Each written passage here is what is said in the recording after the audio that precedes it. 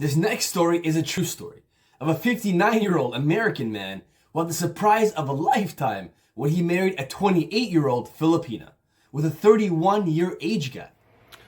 Well, it didn't take long. It only took 2 years, literally to the day, December 27th, for my Filipino wife to become fully Americanized, hate everything about me and what I provide, and decide to leave. This story is full of twists and turns and should be used as an example of what are the possibilities when dating, visiting, or traveling around the world. This is a story you don't want to miss. Stay until the end. This one is a banger. Here it goes.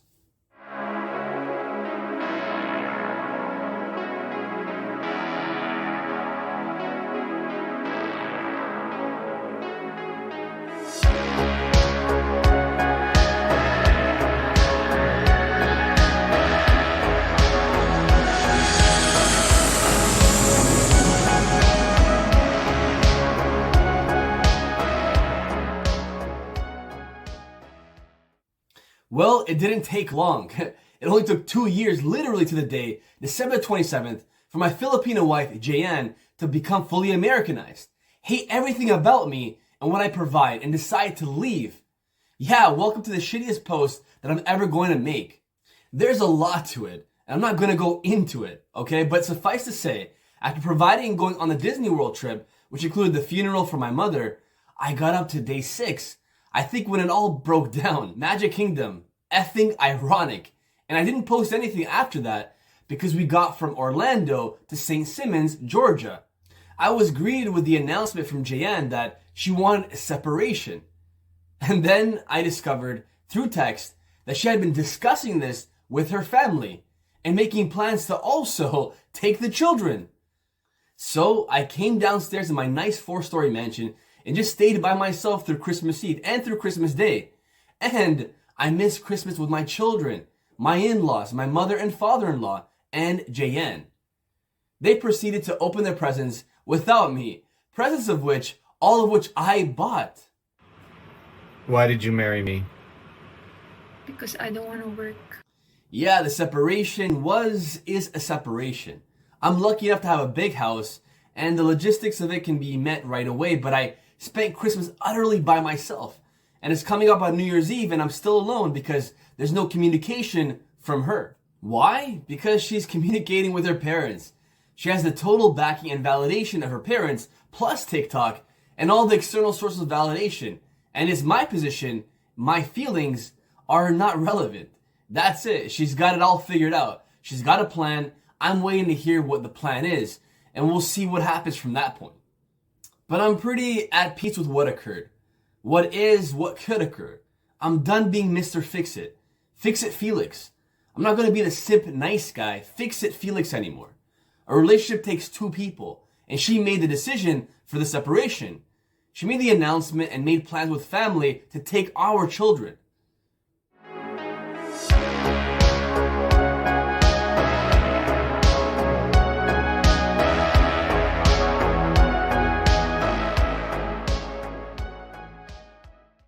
She wants to take them back to the Philippines.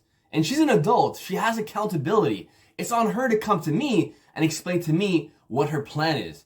Social media is not about the truth, but I'm about the truth. So that's what I gave you guys. When I said my Filipino wife has been Americanized, that seems to be triggering a lot of people. Let me explain what I mean. In America, if a wife, even a girlfriend, is not happy in the relationship, all she has to say to the world on social media, and especially to the government, is I'm not happy. And if she drops the word abused or anything along those lines, the American system steps in. It steps in to protect her against any allegations that she makes. And the man's side of the story, it's all assumed. I'm an evil, controlling, patriarchal, oppressive white dude. And the narrative instantly becomes me bad, she victim. And all you dudes out there who have been through this, you know exactly what I'm talking about. Americanized means weaponization of the male-female relationship to benefit the female. Because family court is not a judicial system. It's a corporation for profit, digging into the pockets of dads of men. And because, we're in a patriarchal system, and men still have most of the money. You know, that's exactly what's true in our relationship. She doesn't have any money. I have all the money. It's, you know, a relationship can go south when the moment the woman has lost love for her man. And she's just going for the bag. And if she goes for the bag, she's going to get a huge portion of that. That's what I mean by Americanized. Jayan is solidly Filipina. And that comes with a lot of stuff. And one of those things is she's going to be fiercely defensive of her family, her mom and dad. And this whole fight is hinging on the fact that I disrespected her mom and dad. Never mind, they disrespected me too. We'll get to that later. But Jayan is not Americanized in that she's materialistic or even greedy, but she senses and she knows the support that she would get if things really got ugly between us. The American system is on her side, not mine, not the man's. You guys know what I'm talking about, right? In this section, which is a bit before the drama took place between Jayan and Chad, he talks about the dynamics of age gap relationships and the possible reasons why he fell out with Jayan and her parents, due to a freeze on the flow of money to her family.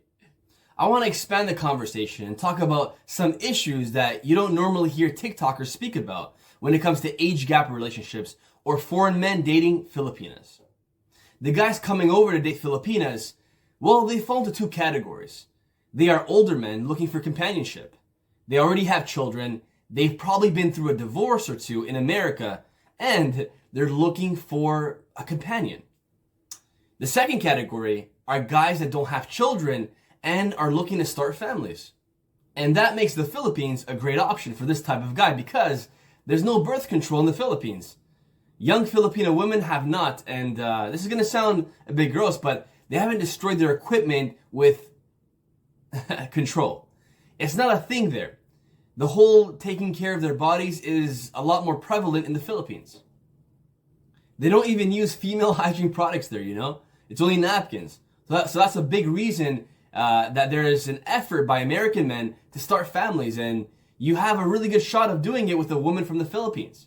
Case in point, I'm 59, my wife's 28, she's from Manila, and we have two beautiful children, and we're going to work on some more.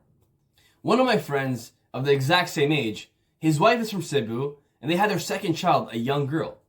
And I'm in a social circle here in Honolulu of American Filipino couples, and every single case, their mutual aims was to start a family. So now add to it the family values they have in the Philippines, well, it's a perfect recipe. Speaking of family and the money aspect of it, the large portion of American men, and I don't know how it is for other guys, Australia or wherever, we have a big boundary, okay, against supporting the rest of our wife's family. We're not in it to take care of the whole entire family. That happens, but at least in my circle, that's a no-no. You know, we are supporting our family here in America, and money is for our children. It's not for the aunties and uncles and grandparents over in the Philippines. And that's a tough line to draw, but most guys draw it. Maybe not at first, but they quickly learn that it can be a huge drain on the future of your family. And so they shut that down. In my case, there's no money going to Jayan's family. She'll have that option in the future, you know, when she has her own income stream, but she's welcome to do that, you know, if she wants. But at least for now, it's all our family. And my last point, I don't know what my last point is, but those are some extra points that I think need to be part of the conversation. You know what? Here's my last point. It's about divorce itself. Only recently this year, the legislature in the Philippines legalized divorce. Up to now, divorce has not been legal in the Philippines. So right now, the attitude and mindset of your average Filipina is that you're in it to win it. Hearing all the facts, I don't know how true that is in his case. You're in it until the end. The divorce is not a consideration. It's at least not a game plan. It's not a retirement plan for the woman. You're most likely to get through the hard times knowing that, you know, your wife, my Filipino wife, isn't thinking of nuking it all with a divorce. It's just not part of their thinking. And by the way, guys, this is actually prior to what happened with his wife. So, yeah. In the upcoming generations of a young Filipina woman, that may factor in, but that's just part of the westernization of a lot of countries. So that's the last reason, is that divorce is not an option, you know? Especially if you have children. So, even with our big age gap, do we love each other? Of course. So maybe Do we even 31? do we Yeah, I don't even consider our age difference. 31-year difference. Chad seems to really love his wife and children. I, like you, don't know all the facts, but if we're going off of what he said, it seems like once his Filipino wife, Jayan, became a US citizen and got established, she didn't really need him anymore. Which is a sad reality for many men out there who have brought their foreign wives to their respective countries and found out that instead of a happily ever after, it turned into their worst nightmare. Hope they figure it out. And make sure to check out my previous video on Hamdan, who may have found his happily ever after with a Filipina right over here.